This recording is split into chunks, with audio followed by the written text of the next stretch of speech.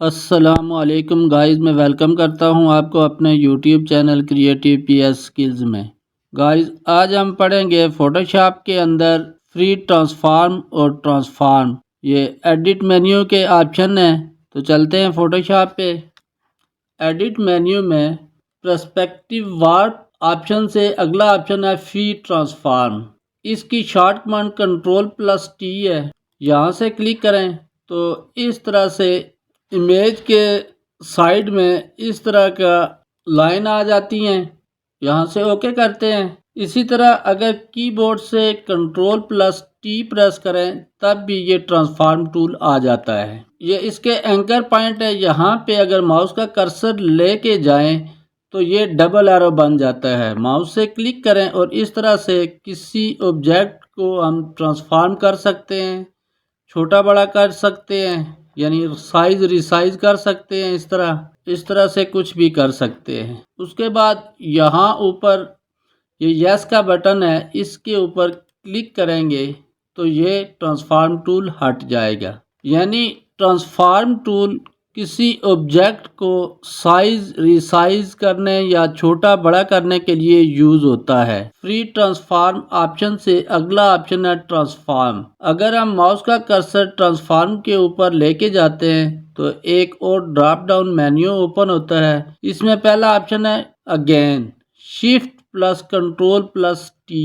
उसके बाद स्केल है, रोटेट है, स्क्यू है, डिस्टॉर्ट है, पर्सपेक्टिव है, वार्प है। रोटेट 180 डिग्री है, 90 डिग्री है, 90 डिग्री क्लॉकवाइज और 90 डिग्री काउंटर क्लॉकवाइज है।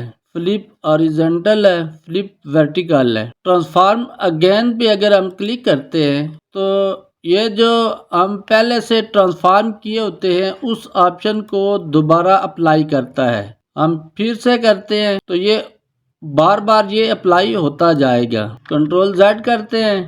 अगर हम कीबोर्ड से Ctrl+T करते हैं या फिर एडिट मेन्यू में यहाँ से ट्रांसफॉर्म करते हैं, यहाँ से फ्री ट्रांसफॉर्म करते हैं तो ट्रांसफॉर्म टूल आ जाता है। अगर राइट क्लिक करें, ऑब्जेक्ट के ऊपर माउस रख के राइट क्लिक करें तो यहाँ पे वही ट्रांसफॉर्म टूल वाले ऑप्शन यहाँ भी खुल जाते हैं। पहला ऑप्शन है स्केल। स्केल से हम इसको साइज रिसाइज करते हैं। उससे अगला ऑप्शन है रोटेट। अगर हम रोटेट पे क्लिक करते हैं और माउस का कर्सर ट्रांसफॉर्म टूल से बाहर लेके जाते हैं तो इस तरह का राउंडेड एरो, डबल एरो बन जाता है। यहाँ से हम इमेज को इस तरह से रोटेट कर सकते हैं। Ctrl+Z करते हैं, Ctrl+T करते हैं। उसके बाद अगला ऑप्शन है रोटेट के बाद स्क्यू।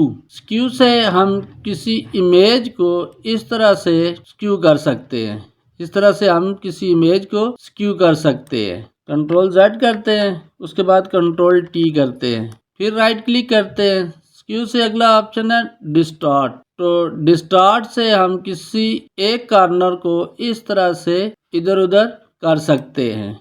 Ctrl+Z करते हैं, उसके बाद Ctrl+T करते हैं और राइट क्लिक करने के बाद उसके बाद है पर्सपेक्टिव। पर्सपेक्टिव से हम इस तरह से इसको पर्सपेक्टिव साइज रिसाइज कर सकते हैं। Ctrl+Z करते हैं, उसके बाद फिर एडिट मेन्यू से फ्री ट्रांसफॉर्म करते हैं या कीबोर्ड से Ctrl+T करते हैं और राइट क्लिक करते हैं। अगला ऑप्शन है वार्प। तो वार्प करने के बाद यहाँ से इस तरह का ट्रांसफॉर्म टूल आ जाता है, लेकिन इसमें हैंडल भी है। इन हैंडल से हम इसको ऊपर नीचे कर सकते हैं। इस तरह से इसको एडिट कर सकते हैं। राइट क्लिक करें तो यहाँ पे वार्प के ऑप्शन खुल जाते हैं। यहाँ पे पहला ऑप्शन है पैलेट वार्प हॉरिजॉन्टली। अगर इसके ऊपर क्लिक करते हैं तो ये एक लाइन आ जाती है। इस ग्रिड के साथ एक लाइन आ जाती है। जहाँ पे हमें ये ग्रिड चाहिए उस जगह पे क्लिक करते हैं तो ये इस तरह से हम इसको इस जगह से हम इसको साइज रिसाइज कर सकते हैं। उसके बाद स्प्लिट वार्प वर्टिकल है, तो इसमें इस तरह से वर्टिकल एक लाइन आ जाती है। राइट क्लिक करके फिर वार्प स्प्लिट क्रॉसवाइज आती है, तो इस तरह से लाइन आती है। उसके बाद आती है रिमूव वार्प स्प्लिट। इस तरह से ये रिमूव होती है। अगर इस दरमियान वाली को रिमूव करना है तो इसके ऊपर क्लिक करेंगे, फिर राइट क्लिक करेंगे और रिमूव स्प्लिट करेंगे तो ये लाइन खत्म हो जाएगी। उसके बाद अगला ऑप्शन है, यहाँ से इसको यस करते हैं और कंट्रोल Z करते हैं, फिर कंट्रोल T करते हैं। अगला ऑप्शन है रोटेट 180 डिग्री। अगर हम इस पे क्लिक करते हैं तो ये उल्टा हो जाएगा। फिर दोबारा रोटेट 180 डिग्री करते हैं तो ये सीधा हो जाएगा। अगला ऑप्शन है रोटेट 90 डिग्री क्लॉकवाइज। तो इस तरह क्लॉकवाइज ये रोटेट होगी। दोबारा करेंगे तो ये और उल्टा हो जाएगा। फिर दोबारा करेंगे, फिर दोबारा इसको करेंगे तो ये जगह पे वापस आ जाएगा। उसके बाद आता है एंटी क्लॉकवाइज या काउंटर क्लॉकवाइज। तो ये इस तरह से इसको रोटेट करता है। उसके बाद आता है फ्लिप हॉरिजेंटली, यानी ये साइड इसकी इस साइड पे आ जाएगी और ये साइड इस साइड पे आ जाएगी। इस तरह से ये स्प्लिट हो जाएगा। इस तरह से ये फ्लिप हो जाएगा। फ्लिप वर्टिकल करेंगे तो ये उल्टा हो जाएगा। हम इसको बंद करते हैं और इस इमेज पे आते हैं। यहाँ पे हम एक न्यू लेयर लेते हैं। रेक्टेंगुलर मार्की टूल से इस तरह से एक सिलेक्शन लेते हैं। यहाँ से कलर में कोई भी कलर लेके इसमें फिल करते हैं ऑल्ट बैक स्पेस से। उसके बाद कंट्रोल D करते हैं। यहाँ से कीबोर्ड से ऑल्ट के बटन को प्रेस रखते हुए माउस से इसके ऊपर क्लिक करेंगे और नीचे की तरफ ड्रैग करेंगे तो ये कॉपी जनरेट होगी।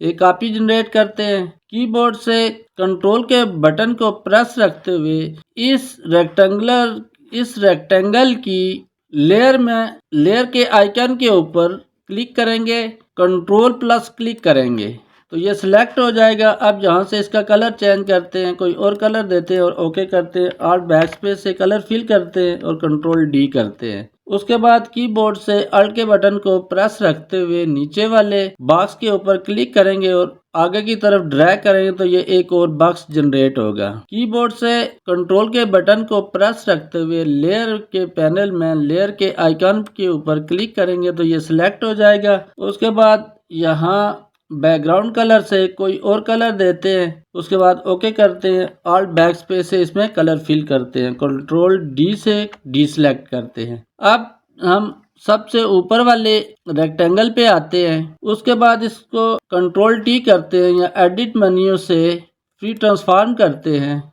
उसके बाद राइट क्लिक करने के बाद यहाँ से इसको डिस्टॉर्ट करते हैं और इस तरह से दरमियान से इसको क्लिक करके इस तरह से ड्रैग करते हैं। उसके बाद यहाँ से इसको यस करते हैं। फिर इस इमेज पे क्लिक करते हैं, इस रेक्टेंगल पे क्लिक करते हैं। उसके बाद कीबोर्ड से कंट्रोल T प्रेस करते हैं, राइट क्लिक करके फिर डिस्टॉर्ट करते हैं और उसको इस तरह से इसके ऊपर साथ मिला देते हैं तो ये एक बॉक्स जनरेट हो जाएगा। यहाँ से यस करेंगे तो ये एक बॉक्स बन जाएगा। हम इसको डिलीट करते हैं। कीबोर्ड से शिफ्ट के बटन को प्रेस रखते हुए हम पहले इस लेयर पे क्लिक करते हैं फिर इस लेयर पे।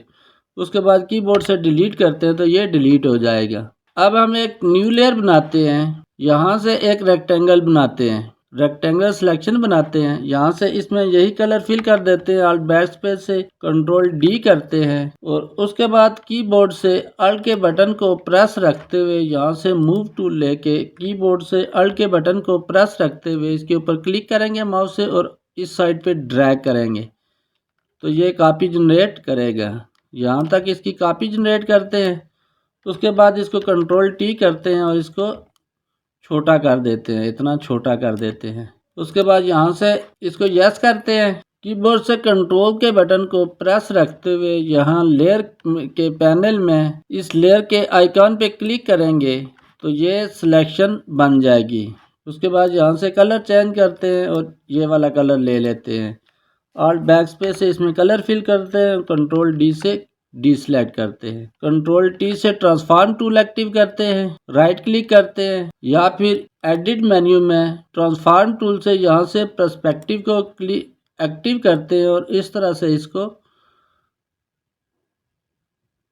मिला देते हैं और यहाँ से यस करते हैं। तो गाइज इस तरह से हम यहाँ पे एक पेंसिल बना लेते हैं। तो गाइज इस तरह से फ्री ट्रांसफॉर्म और ट्रांसफॉर्म ऑप्शन को यूज करते हैं। उम्मीद है आपको इस वीडियो की समझ आई होगी। मिलते हैं नेक्स्ट वीडियो में, तब तक के लिए अल्लाह हाफिज।